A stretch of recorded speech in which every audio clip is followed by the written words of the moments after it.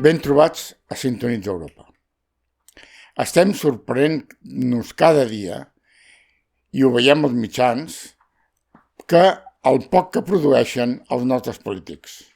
Crec que és del sentit general que aproven poques lleis i, a més, dolentes. En canvi, cada dia també es publiquen centenars i centenars de pàgines de legislació menor que ens porten angoixats, ja que tant estableixen una taxa com regulen quins documents es necessiten per fer un testament vital. Això sí, passant absolutament de les lleis vigents i de la prelació de les mateixes. Tot i això, si parles amb un polític o un alt funcionari, t'ensenyen unes agendes desbordants de reunions i comissions a les quals acudir. I per poder assolir la seva agenda necessita, mira tu, el cotxe oficial. Què passa?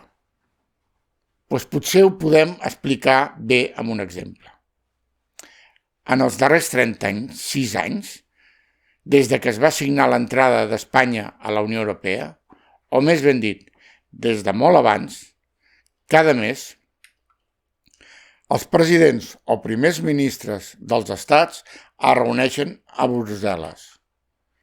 I allí, pràcticament tots acaben passant per la pagadoria per recollir el que venen a buscar. La major part de les vegades són fons europeus, però també suports polítics o que la Unió Europea miri cap a una altra banda en un tema escabrós. Però els diners i els suports no són gratuïts.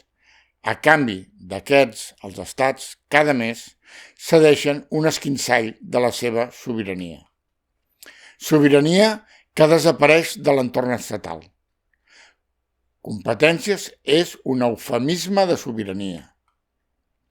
Imaginem, doncs, que estem davant d'una peixera plena de caramels. A la part de baix tenim els caramels de menta, al centre els de taronja i a la part superior els de maduixa. És així com es va dissenyar l'equilibri de competències constitucional. La menta són les competències municipals, la taronja les autonòmiques i els caramels de maduixa les estatals. Cada vegada que els nostres pròcers van a Europa i es porten alguna cosa, la Unió Europea es dirigeix a la peixera i pren un grapat de llaminadures. I moltes vegades, fins i tot, Europa ens diu: m'emporto els caramels, però no me'ls menjaré fins d'aquí 2 anys. I així, exactament, han passat dia a dia, mes a mes, els 36 anys. Ara, la peixera és gairebé buida i només queda el 15% dels caramels que en el moment de la redacció de Constitució es van col·locar. Constatació terrible. No hi ha pernil per tant comensal. Hi ha molts funcionaris i departaments que s'han quedat amb el càrrec, però sense competències decisòries reals. I aleshores, què fer? Doncs l'administració espanyola ha reaccionat de la següent manera. Inventant-se la recentralització. Bona part de la guerra contra les autonomies i els ajuntaments s'ha d'entendre com a la reconquesta de competències que s'havien cedit i que ara són necessàries per justificar l'existència d'una administració central. Bé, fem veure que res no passa, que ells continuen manant, i es reuneixen i es tornen a reunir amb grans ordres del dia.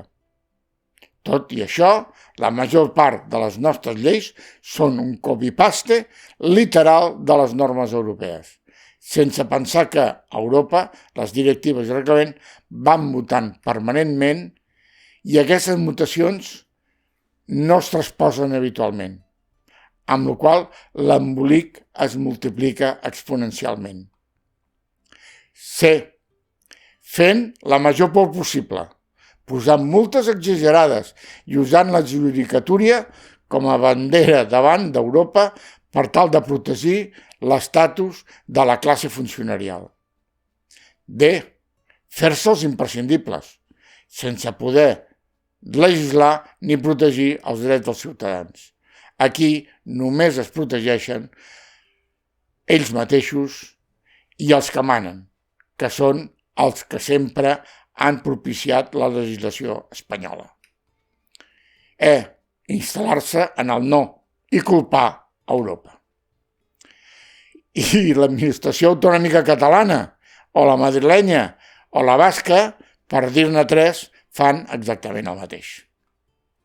I és que Europa no reconeix el model funcionarial a l'espanyola. Si el vídeo el consideres interessant, comparteix-lo i s'agraeix que et subscriguis al canal activant la campaneta. Espero les teves opinions. Bona tarda.